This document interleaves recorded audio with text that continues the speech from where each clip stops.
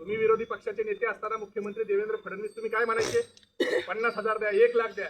आता तुमचे कुणी हात धरले? तुम्ही राज्याचे प्रमुख आहेत ना, तुम्ही मुख्यमंत्री, तुम्ही पैसे उपलब्ध करा ना. तुम्ही घडगाणी कशासाठी करताय? माझा एक अजून प्रश्न आहे की अजितदादांनी असं वक्तव्य केलं असेल की पैशाचं मी मान्य करतो, परंतु माझं दुसरं असं म्हणणं आहे की काही वर्षापूर्वी कापसाची गोणी 50 किलोची होती आणि 40 किलोची झाली. कापसाची बॅग 700 ग्रॅमची होती, ती 450 ग्रॅमवर आली आणि त्याचे भाव वाढत गेले. परंतु शेतकऱ्याच्या उत्पन्नात कुठेही वाढ झालेली नाही. शेतकऱ्यांचं उत्पन्न वाढलेलं नाही, त्याच्याकडे पैसा नाही. साहेब, हा शेतकरी आम्ही व्याजाने पैसे काढतो, सोंग करत नाही, पण उदरनिर्वाह करण्यासाठी आम्ही हे एवढं कमी करून भाव वाढवून सरकारने ठेवला तरी आम्ही विकत घेतो. आम्ही कधीच असं म्हणत नाही शेतकरी की पैशाचं सोंग आणता येत नाही. साहेब, जगायचं असेल तर संघर्ष करावाच लागतो आणि संघर्ष करत असताना ह्या ज्या अडचणी आल्यात त्या अडचणीला तोंड द्यावं लागत असतं. त्यामुळं सरकारने पैशाचं किंवा याचं सोंग आणायचं हे नाटक न करता आम्ही एकच म्हणतो की सरकारने सरसकट सर्व निकष बाजूला ठेवून ज्या पद्धतीने सगळ्यांचे भाव कमी केले, आपलं क्वांटिटी कमी केली आणि भाव वाढवले, याचा सगळ्याचा विचार करून हे सगळं बाजूला ठेवावा. आणि मदत शेतकऱ्यांचं असं म्हणणं आहे.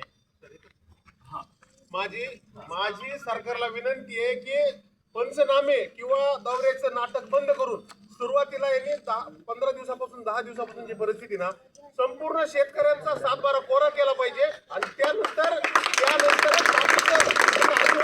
8,000 द्यायचे, 10,000 द्यायचे, 5,000. सरकारने शेतात जाणं होत नाही ना सरकारला, तर त्यांनी अगोदर 7-12 कोरा करावा, शेतकऱ्यांची कर्जमाफी करावी. माफीचा शब्द पाळावा असं पुन्हा एकदा हे सांगितलं जातं. त्या सगळ्यामध्ये एक कोपऱ्यात माझे शेतकरी बांधव आहेत, त्यांची कहाणी इतकी विदारक आहे. मी मुद्दाम यांना आज बडे मुद्द्याच्या माध्यमातून आपल्या सगळ्यांच्या समोर आणलोय.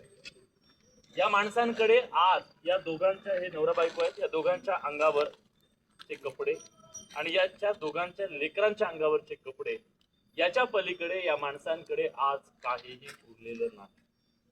जीव वाचलाय हे त्यांच्यासाठी सगळ्यात मोठं आहे. तुम्ही महाराष्ट्राला सांगा तुमच्यावर काय होईल.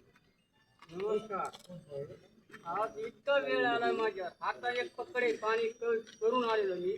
एक तर 10 लाख रुपये व्याजाने काढून बँकेचं लोन काढून 10 गाई घेतल्या, 10 शेळ्या घेतल्या, 500 कोंबडी घेतली. सगळं बचत गट हे बँकेचं लोन काढून हे करून ते करून गावाला सगळ्या गावकऱ्याला सगळ्याला माहिती. असं बी लबाड नाही, काही नाही. आज टोटल पाण्यात गेलं, 0 झालेलं मी डायरेक्ट. काहीच नाही माझ्यापाशी, काय सगळं काही टोटल 0 पाण्यातून सहकार्य